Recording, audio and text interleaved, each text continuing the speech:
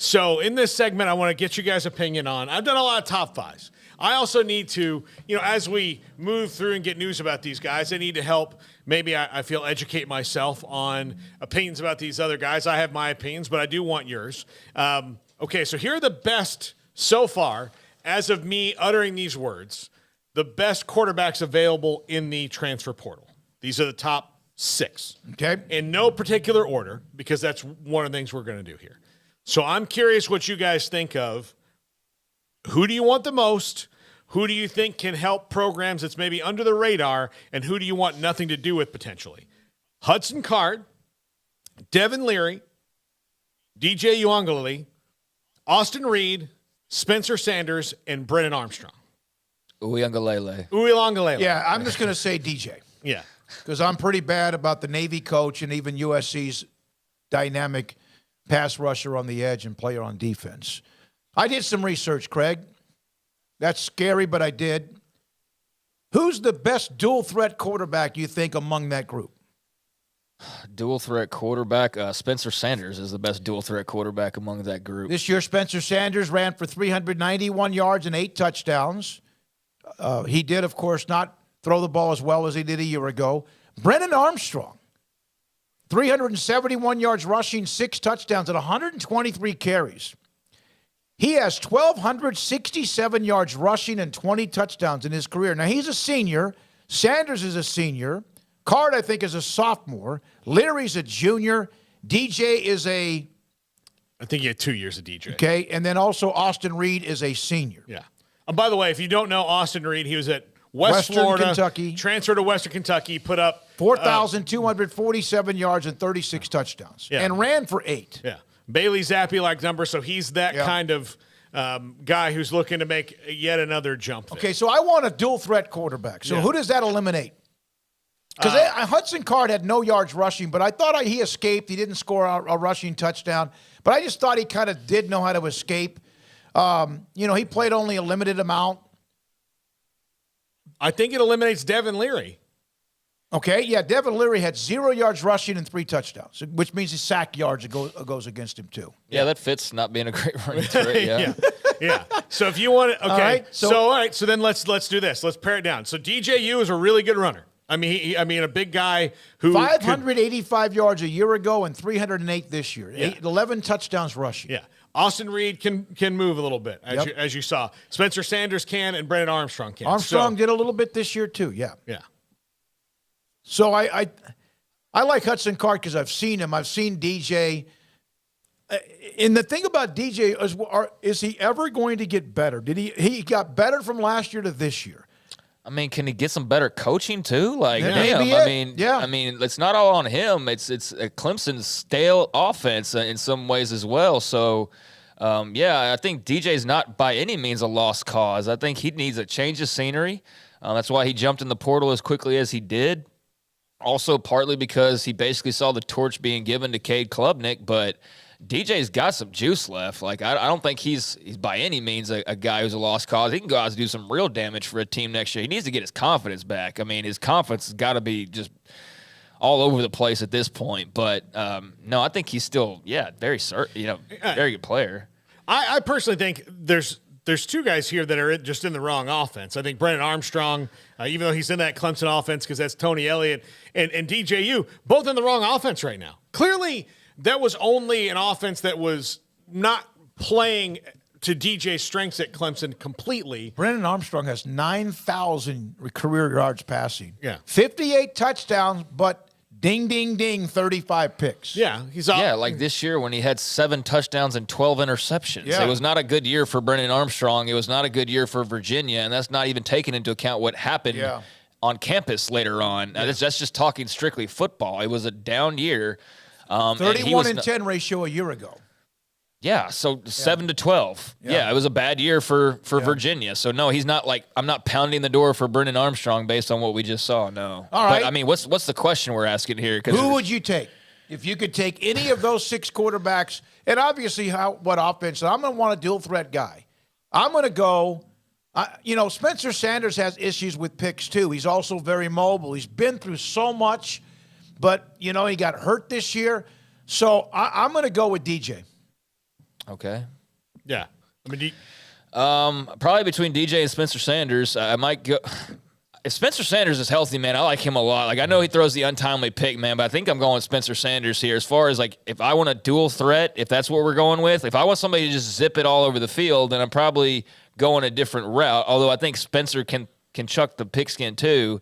But, yeah, if I'm going, like, at their best, right? At their best, at their healthiest, then it's DJ or Spencer, yeah. Yeah. I lean a little bit towards, it depends. And again, it depends on the system you're putting him in. I think Devin Leary, for example, he's going to have a lot of opportunity to go to teams that don't really need their quarterback to run that much, right? So, that necessarily hasn't been Alabama, but if you were Alabama, wouldn't you like to do that to give your two young guys a year to go? So, and we'll talk about this in the top 5 too, about Devin Leary, but, DJ, I still think that he is not, just been pointed in the complete right direction, which is shocking given how successful Clemson has been with quarterbacks, but not everybody's perfect, on that. And, could Chip Kelly, or Kenny Dillingham do a good job with him? Absolutely they could. They could. Yeah. I mean, this is college football. This isn't the pros, where you've got to be a specific type of passer and you've got to be able to read the defense and you've got to be able to do those things to a certain extent. But we also see the offenses where a guy goes and puts up 1 billion yards no matter who's the quarterback, because that's just the way the system is, right? Like, Bryce Petty was a terrific college quarterback. Do you even remember if he played in the NFL?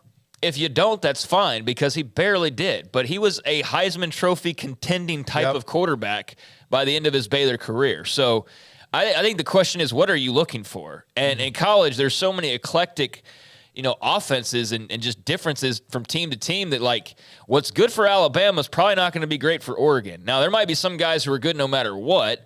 Like, Bo Nix went from Auburn to Oregon and shoot, he improved. So, there's guys that'll go that way, and there's guys that'll probably also go down a level from where they were previously. I mean, that's just the nature of everything balancing itself out. But I think the question is, what are you looking for? Do you need a guy that can run? Well, that eliminates half this group potentially. Do you need somebody that's going to be a pure passer, though? Well, that eliminates some other guys. So for me, if I'm just going college football, give me the best athlete that can run and throw. Give me Spencer Sanders, or give me DJ with some obvious improvements needed, and don't give me DJ in the Clemson offense the way it's currently constructed. If you want somebody to wing it around, then you have to think of Austin Reed, because obviously he did that. If you want a guy who's going to throw it 60 times, then yes, give me Austin Reed, and we'll go to town and we'll throw for 500 plus a game. Absolutely, yeah. From the chat room, Paxton said Devin Leary. Grayson said Brennan Armstrong.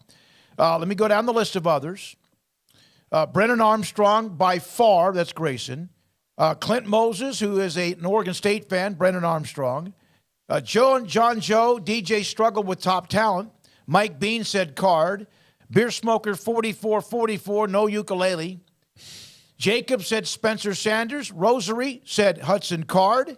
Card's very intriguing. He really is. Yeah, I feel like I haven't seen him nearly as much as I've seen Spencer Sanders, for example, or many of these others either. I mean, they all played more than he did this year and the last couple of years. But yeah, Brennan Armstrong, I think for him, the recency bias it kind of sucks because of just what year they're coming off of. And look, Oregon State's going to be in it, by the way. Clint Moses for one of these guys, I would think. Oh, yeah. Wet blanket, Sanders didn't even make some guys top 10. Grayson, again, Brennan Armstrong. Top 10 what? I guess. NFL prospects? That's probably why he's in the transfer portal and not in the draft. Yeah. I like Hudson Hard. He's underrated. DJ has the highest ceiling if you coach him up with the right offensive coordinator. Mike Bean, Card has the ceiling. Card, yeah. I mean, he is very, very intriguing. I totally get that. Whoever gets DJ gets his brother. Let's see here. I want to make sure we get Devin Leary is the best passer on that list from Beer Smoker. Card can run. He was a wide receiver in high school from Steve Sexton. Let's see. Arkansas. No, that's about something. Card would be a safe pick. DJ's overrated. Was it Brennan Armstrong or Robert Anai? Play calling. Oh, okay. Talking about, was it him or was it the offensive coordinator at Virginia? All right. And then Brennan Armstrong, 371 yards rushing, 6 touchdowns in 10 games since Virginia canceled. Yeah, I brought up his stats, his rushing stats. His career, he's averaged 400 yards a year and also has 20 rushing touchdowns. I definitely including think 6 this year. I definitely think it was a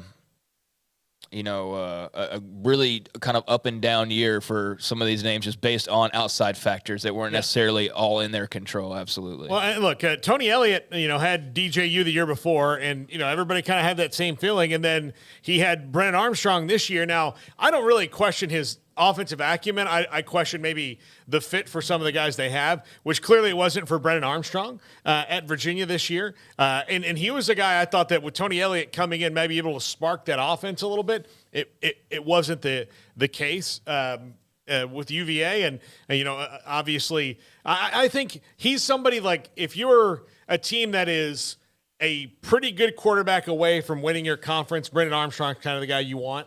And especially if you don't want to maybe get into it for a guy like Devin Leary is going to be able to go to about 10 places and say, here's my number. And then pick the best option of all those, because he is the NFL prototype guy and the best pure passer in this thing. I'm going to read the rest of the chat, and then we cut it off. And Craig, you have one more comment or 10. Go ahead. No, I'm just gonna say, I go back to, it depends on what you want. Yeah. There's not a bad quarterback on this group. So what could work for one, wouldn't work as well as somebody else for another. But yeah, if the offense that I envision myself running, or the type of guy running the offense that I would like to see, yeah, I already made my claim there. But I absolutely, Devin Leary's a tremendous player. Brennan Armstrong's shown he can be a tremendous player. Hudson Card's shown little signs of what he could potentially be and might have the highest ceiling. So, yeah, I don't think there's a wrong answer. It's just what your personal, I think, taste is. This isn't who's the best, unless that's the question you're asking. And I think that remains to be seen with all these guys having another year. Well, it's a good topic. Yeah. Pax said, I'll take Leary at Texas. They have plenty of quarterbacks. Yeah, they have too many quarterbacks probably. Let's see here. Devin Leary's really stinking good. Yeah. Let's see here. I would take Hudson Card, St. Dominic's Rosary. Spencer is sink or swim. Yeah, but man, when he's swimming, baby, it's fun. But yeah, you're right. You're absolutely right. Queerty, Texas. I think Texas or I don't want to get it wrong. I think Texas fan. Card and Murphy transfer out. Leary transfers in. Okay, that's what you're saying you would do with that. Texas doesn't need Leary. Of course they don't. They have Quinn Ewers, year 2. They have Manning coming in. They have the Murphy, and it's going to be interesting to see what happens with him.